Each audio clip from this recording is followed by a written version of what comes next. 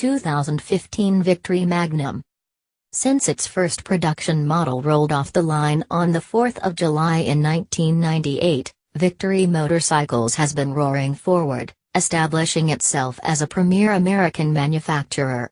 To meet demand for the increasing popularity of baggers, and with 21.3 gallons of storage, it fits the bill as a bagger. Victory built the 2015 Magnum to be a somewhat pimped-out version of its cross-country.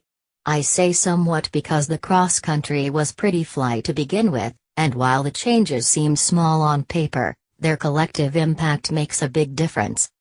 Continue reading for my review of the 2015 Victory Magnum.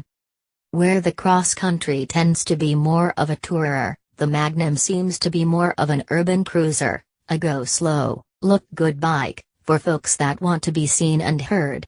With eye-catching colors, the sexy rumble of the V-twin and a 100-watt sound system with 6 speakers in the fairing, you certainly won't be missed coming or going.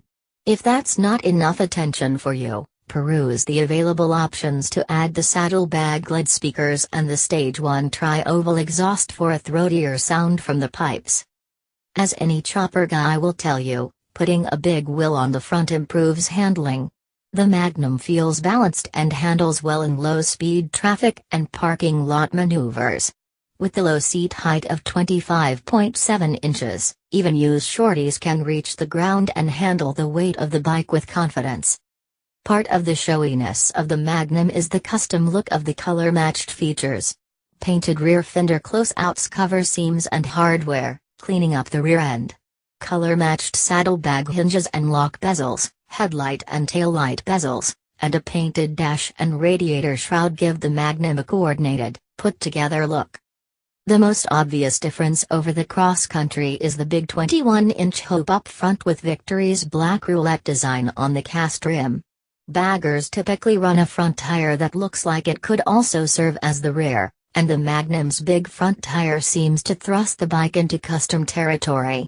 Inverted 43mm front forks float the front end on dual-rate springs to provide 5.1 inches of travel, and extra stiffness to prevent excessive dive when you need to grab a fistful of front brakes. Victory lowered the single-shock rear suspension 1 inch, bringing the seat height down to 25.7 inches, but at the expense of travel, which is down to 4.7 inches. I consider this adequate for relatively smooth roads, and is by no means a deal-breaker for someone wanting to put some state lines behind them. A trio of 300mm discs handles braking with a pair of 4-piston calipers up front and a 2-piston caliper in the rear, which gives you plenty of wheel binding power to keep the nearly half-ton of bike, fuel and rider under control. The ABS keeps you from losing it if you get a bit over-enthusiastic with the brakes. A bike as larger than life as this deserves a big engine, and Victory delivers with a 106 cubic inch, 50-degree V-twin that churns out a gut-wrenching 106 pound-feet of torque. Dual 45mm throttle bodies feed the engine through electronic fuel injection, and the split dual pipes carry off exhaust, rewarding you with a distinctive V-twin rumble. Air and oil cooling siphon off the waste heat to keep all those ponies cool. The transmission has 6 speeds with an overdrive ratio in the top gear for a low and comfortable cruising RPM. A wet, multi-plate clutch smoothly sends power through the carbon fiber reinforced belt, and the primary drive utilizes a compensator to reduce shock sent down the line by poor clutch technique. Some riders report a small problem with the clutch, namely that the mini-ape hanger bars make it a little difficult for small to average-sized riders to get a good fistful of the clutch lever, but otherwise clutch actuation is smooth and predictable. MSRP on the Magnum is $21,999. You can get it in Magnum Red, Super Steel Gray, Metashine Black, Super Steel Gray or a Retina Searing Plasma Lime, Silver.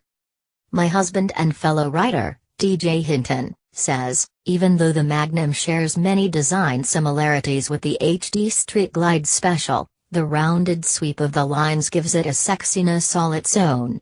These half-baggers are very popular now, And rightly so, as they provide the comfort and protection of a larger bike sans the old man's bike look of a full dresser. If there is a downside to this model, it would have to be the available color choices. It swings from Mayor Bleu to a full-throated holy smokes, for the green version. I'm not saying that I wouldn't own one, just that I would take it straight from the dealership to the nearest paint shop to have her shot with a new coat. Victory openly compares the Magnum to Harley-Davidson's Street Glide Special. The two bikes are comparably priced, but the specs that Victory claims as a win aren't all that significant. 2 degrees more lean angle, 6 pound-feet of torque, and 3 cubic inches of displacement don't really constitute a resounding win. I do like the extra storage capacity in the Magnum, 21.3 gallons versus the Street Glide Special's 17.2 gallons, but the Project Rushmore improvements and renovations count for so much more than a few slightly better specs.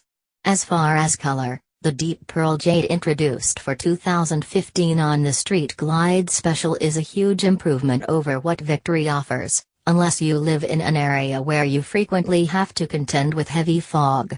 The plasma lime green Magnum would be visible through the fog like a beacon as no other color could.